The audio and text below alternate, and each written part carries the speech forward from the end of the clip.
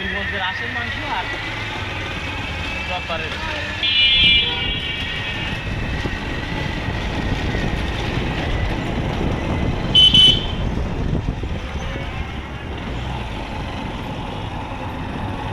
জীবন ভাই তেমন কিছু করতে পারে নাই, তবে একটু করে দিচ্ছে, স্টিরিংগুলি আর কি টাইট করে দিচ্ছে।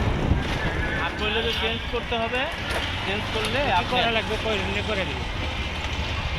যে লোকের নাম্বার দিল আর ফোন দিল, এই কইল যে ৮,০০০ টাকা লাগবে।